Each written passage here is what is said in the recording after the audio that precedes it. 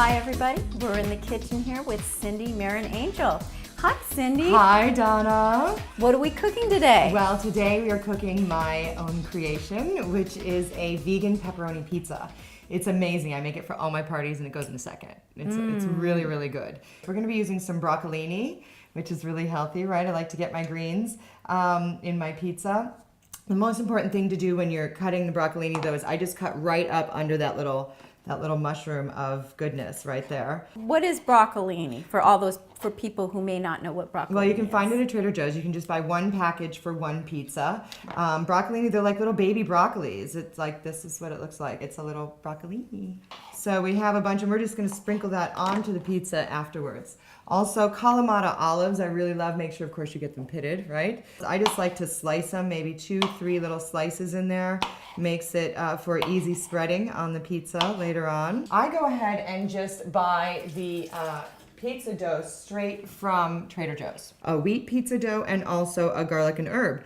So what I found is this is the way I stretched it out just as it came out of the package. And then it has to sit for 20 minutes so it rises. And then what I found, because it's the hardest part is rolling the dough, right?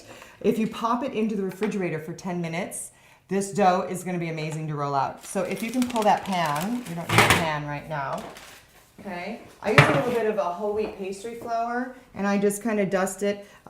What you're using onto the paper that we're using as well as the rolling pin.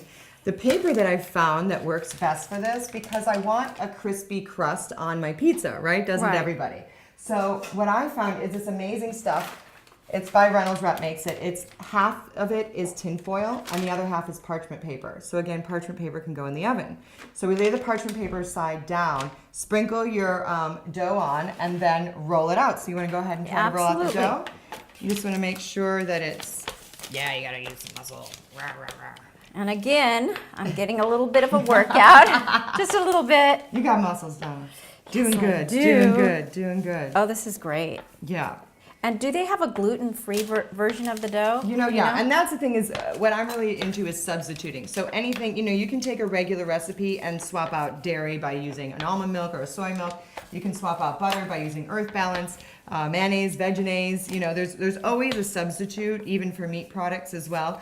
What I like to do then is, especially for the wheat crust that's just kind of plain, is I use a little organic oregano and I just dust it along the surface of the pizza so that it'll give it a little extra flavor, okay? And then we're just gonna go ahead and layer. So I'm gonna give you a row of pepperoni, and I'm gonna take one, and again, one package basically for one pizza.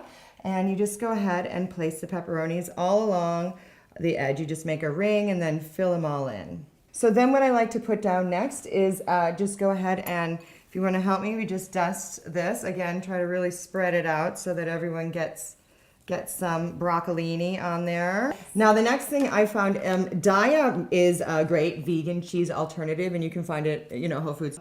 I like the pepper jack.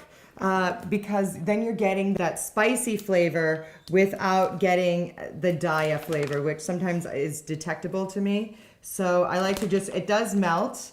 It's just so good. So again, one package for one pizza. Wow. And you want to get it up all the way on the edge. This is yummy. And you know what? If you don't tell anybody it's vegan, nobody knows. This is my favorite thing from Trader Joe's. It's their bruschetta. I like to strain this so that the liquid comes out, because when I cooked it without that, it's kind of runny and then the crust doesn't get hard. And we want this crust to really get hard. So there's a spoon there you can just use to kind of mush it down. Yeah, just keep mashing it around until it's good. This is interesting because I usually put the sauce on first, but it looks like you're putting the sauce on. I'm doing it Chicago style, from Chicago, and they always put the sauce on top. Okay, good. So then what we're gonna do is just take it and just chunk it on. Okay, and you wanna spread it out. So 2 jars usually will cover one pizza. Okay, so what I found is if you set it for 450, the oven for 450, then it says on there to cook it like 10-12 minutes, but I found by the time I put all these yummy ingredients on that it needs a little extra time. So I check it right around 14-15 and usually let it go somewhere between 17 and 20 minutes depending on when you feel like the crust is hard and when the cheese is melted. And then just as a topper, Kalamata olives that we sliced. Yep, go ahead and just sprinkle them around. This looks really pretty too. It's amazing. See the fresh basil sitting right there? here. Yeah, we have to cut that and put that on as well. You can if you don't want to do fresh basil, you can go ahead and use, out of a can or something. Try to buy organic. But again, if you're going to do it, you might as well go from a live plant right there. That's really healthy.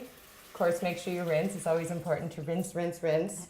You can buy these in the grocery store. I just think if you're not growing your own, then it's really a healthy way to do this. So you can just sprinkle a little basil. This bad boy is ready to go. So we just made that pan again, and we just slide it like this right on the pan. Okay, so now we just go ahead and pop it in the oven. Off to the oven. Okay, Let's go. 17 to 20 minutes. Yeah. So that was quick and easy, right? It was. Quick and easy. And it was fun too. It was fun, yeah. And you can, if you want to put like little artichoke hearts, you cut those up and put them on, whatever your favorite toppings are. But don't be afraid to sub out the meat and don't be afraid to sub out the cheese. You don't need it, really. Thank you for joining us, Cindy. Thank you for having me. If you want more information on this awesome vegan pepperoni pizza recipe, you can find it on the website below. And where can we find you? You can find me on my website, cindymarinangel.com. Thanks so much, Donna. Yay. And happy vegan eating and substituting. Yeah. Come on, let's go. We're going to have this now. Bye-bye.